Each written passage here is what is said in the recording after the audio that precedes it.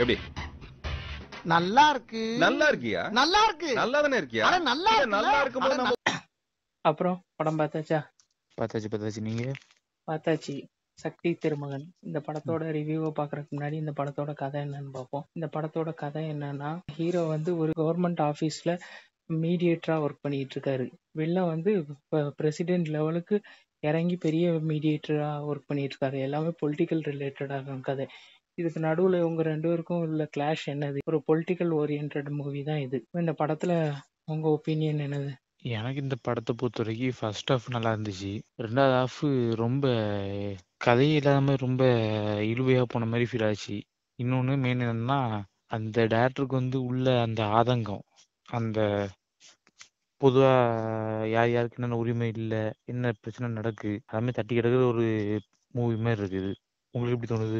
எனக்கு இந்த படம் நீங்க சொன்ன மாதிரி தான். ஃபர்ஸ்ட் ஹாஃப் எனக்கு பிடிச்சிருந்துச்சு. அது மட்டும் இல்லாம இந்த படத்தை எடுத்தது அருண் பிரபு. அவர் இதுக்கு முன்னாடி அருவிங்கிற படம் எடுத்திருக்காரு. செமையான படம். எனக்கு இந்த படத்துல ஃபர்ஸ்ட் ஹாஃப் நீங்க சொன்ன மாதிரி நல்லா இருந்துச்சு. அதே நேரத்துல ஃபர்ஸ்ட் ஹாஃப் வந்து ஒரு எப்படி சொல்ல என்டர்டெய்னிங்கா போச்சு. இதான்னு காட்டுறது வந்து நிறைய இடத்துல வேகமா காட்டுறாங்க. சில லாஜிக் மீறல்கள் இருந்துச்சு. இருந்தாலும் நம்மளுக்கு அந்த படத்தோட ஒன்றி போக முடிஞ்சிச்சு. ஃபர்ஸ்ட் ஹாஃப் எனக்கு நல்லாவே இருந்துச்சு. எந்த ஒரு வீணான காமெடி மொக்க சீன் வைக்காம என்ன சொல்ல வரணுமோ அதை நீட்டா எக்ஸ்பிரஸ் பண்ண மாதிரி இருந்துச்சு. செகண்ட் ஹாஃப் நீங்க சொன்ன மாதிரி நல்லா போயிட்டு இருந்த கதையில வழக்கம் போல கமர்ஷியல் எலிமெண்ட்ஸ் உள்ள தள்ளி கிளைமேக்ஸ்ல வந்து என்னதான் பண்ண எப்படிதான் முடிக்கன்னு தெரியாம போட்டு வளன்னு இழுத்த மாதிரி இருந்துச்சு. அதுதான் சொதப்பு நல்லா சொதப்பிச்சிருந்தாங்க.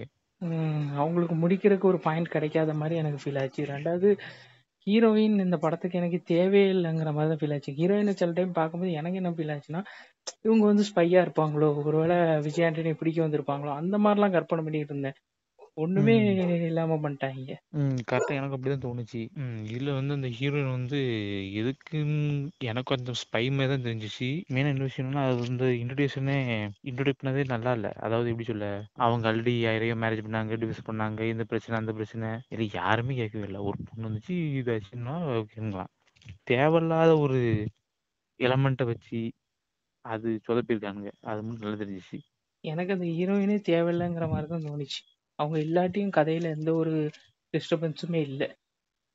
விஜய் ஆண்டனி வந்து ரொம்ப நாள் கழிச்சு நான் சலீமுக்கு அப்புறம் ஒரு மூவில நடிச்ச மாதிரி ஒரு ஃபீல் கொடுத்துச்சு. ஃபர்ஸ்ட் ஹாஃப் தான். ஆமா, அதுவும் ஃபர்ஸ்ட் ஹாஃப் மட்டும்தான். பிறகு செல்முருகன் அவரோட கேரக்டர் நல்லா இருந்துச்சு. எனக்கு ரொம்ப பிடிச்சிருந்துச்சு. ரொம்ப நாள் கழிச்சு விவேக் இல்லாம தனியா நடிச்சிருக்காரு. ஆனா அவருக்கு கொடுத்த இதெல்லாம் அவர் நல்லா பண்ண மாதிரி ஒரு ஃபீல் கிடைச்சிச்சு.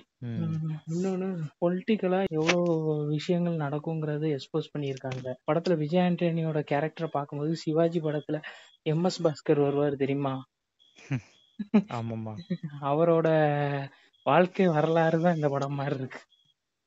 அதான் MS பாஸ்கரோட வாழ்க்கை வரலாறுல அந்த MS பாஸ்கர் அந்த சிவாஜி படத்துல இருந்த கேரக்டர், அந்த மீடியேட்டர் கேரக்டர் என்னெல்லாம் பண்ணுங்கிறது நம்மளுக்கு அந்த படத்துல அதை பார்க்கும்போது ஒரு காமெடியாவும் ஒரு புரோக்கர் மாதிரியும் தெரிஞ்சிச்சா. ஆனா புரோக்கர் வந்து என்னென்ன பண்ணுவாங்க, என்ன அவங்க நினைச்சா ஒரு கவர்மெண்ட்டே கண்ட்ரோல் பண்ண முடியும். எக்ஸாம்பிளுக்கு ஒரு DGP பதவி, IG பதவி எல்லாம் அசால்ட்டா அவங்க வாங்கி கொடுக்க முடியும்.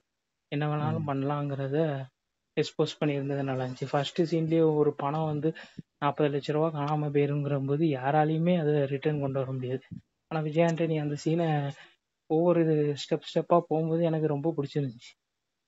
ஆனா எனக்கு இதுல வந்து என்ன தோணுச்சுன்னா, இந்த விஜய் ஆண்டனி வந்து ஒரு மீடியேட்டரா இருக்காருல்ல, அதே மாதிரி அந்த அவன் இன்னொருத்தன் மீடியேட்டரா இருந்தான்ல, அவனுக்கு இவன் கடைசி வரைக்கும் இவ்வளவு அடிக்கான்னு தெரியாம இருக்கிற மாதிரி ஒரு பிம்பம் கொண்டு வந்தாங்க தெரியுமா. அது வந்து எனக்கு அக்செப்ட் பண்ண முடியல. ஏன்னா இவன் வந்து மார்க்கெட்ல இருக்கான், இவன் இவ்வளவுக்கு அடிக்கான் அப்படின்னா கன்ஃபார்ம் தெரிஞ்சுதான் இருக்கணும், தெரியாமலாம் இருக்காது. இன்னொன்னு, இவன் விஜய் ஆண்டனி இவ்வளவு அடிபட்டு லாஸ் ஆன பிறகுதான் திருப்பி அடிப்பான். ஆனா அவன் நினைச்சிருந்தா அவன் அந்த போஸ்டிங்ல இருக்கும்போதே நிறைய பேரை கொலை பண்றான்.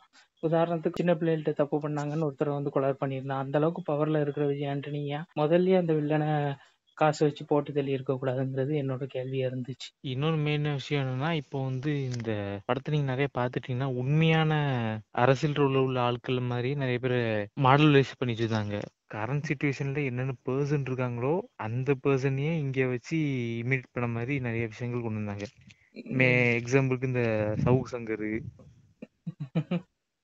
அப்புறம் இந்த லேடி இருந்தால கிட்டத்தட்ட அது அந்த ஒரு ரோலு. இது எல்லாமே நிறைய விஷயங்கள் வந்து உண்மையான அரசியல் இருக்க ஆட்களே கொஞ்சம் மாடிஃபை பண்ண மாதிரி வச்சிருக்கானுங்க.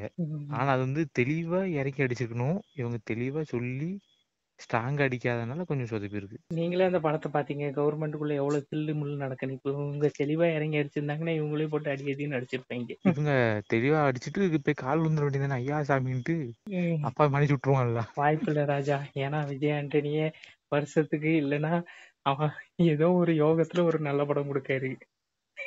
அதுலயும் நீங்க மண்ணள்ளி போட்டுட்டீங்கன்னா.